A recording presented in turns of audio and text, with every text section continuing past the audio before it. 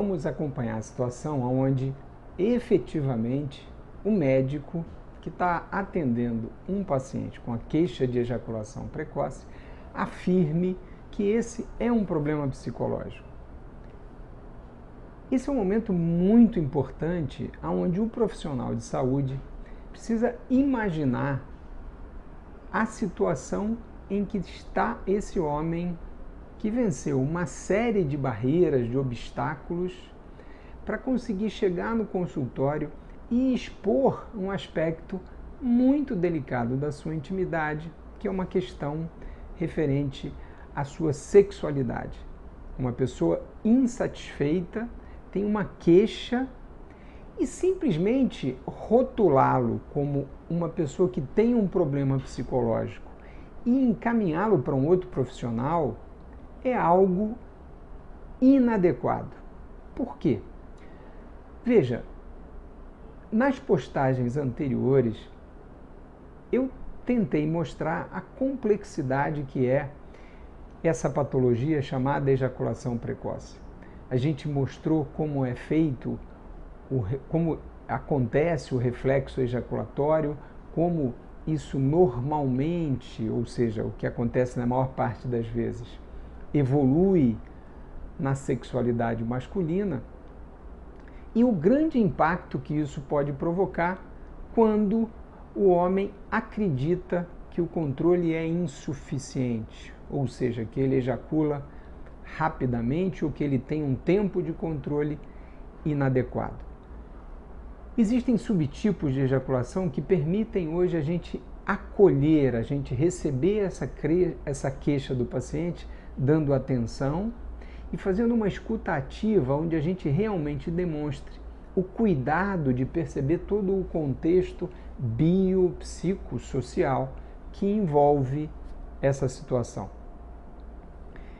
No momento em que fica evidente que há um componente psicológico majoritário e que há a necessidade de contar com uma equipe multidisciplinar, ou seja, contar com a ajuda de outros profissionais, é fundamental que o médico ou o profissional de saúde que esteja atendendo o faça esse encaminhamento com bastante cuidado, deixando claro ao paciente que ele vai continuar acompanhando a situação e facilitando a vida do paciente em relação a conseguir esse novo profissional ou esse profissional que vai complementar o atendimento.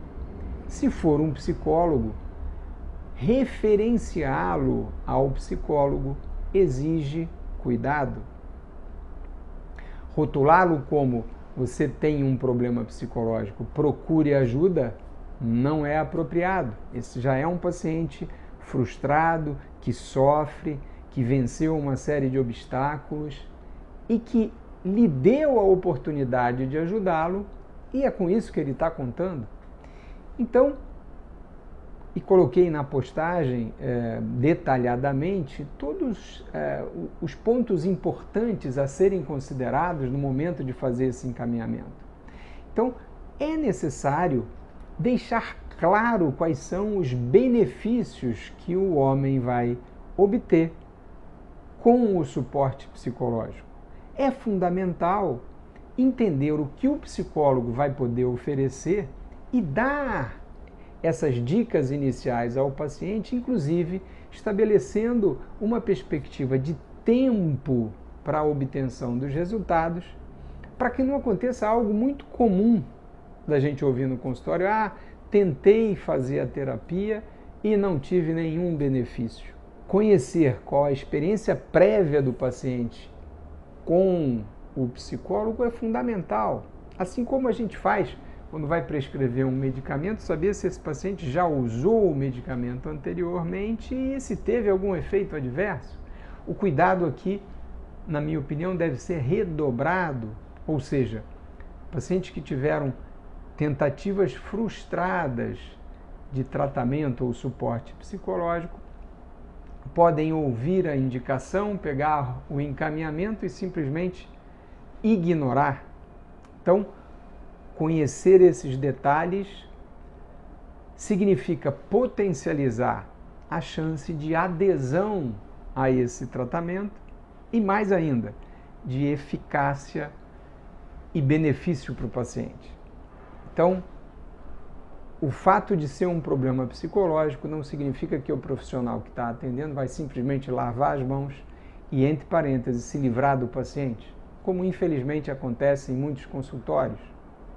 Então, o ejaculador precoce merece, precisa de bastante atenção e é muito importante que tenha um médico, um profissional de saúde que sirva de alicerce, de porto seguro para seguir as etapas do tratamento, visto que esse é um tratamento de longo prazo, na grande maioria das vezes.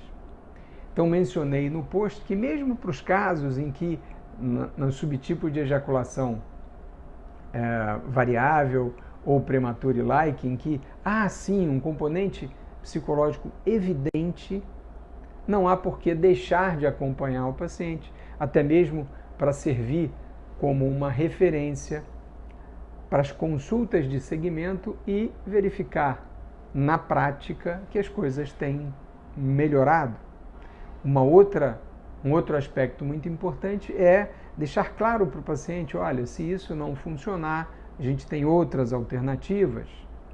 E lembrar que o encaminhamento ao psicólogo pressupõe que o médico entenda minimamente quais são os diferentes tipos de terapia e qual é aquela que talvez se encaixe mais adequadamente nas questões levantadas pelo paciente.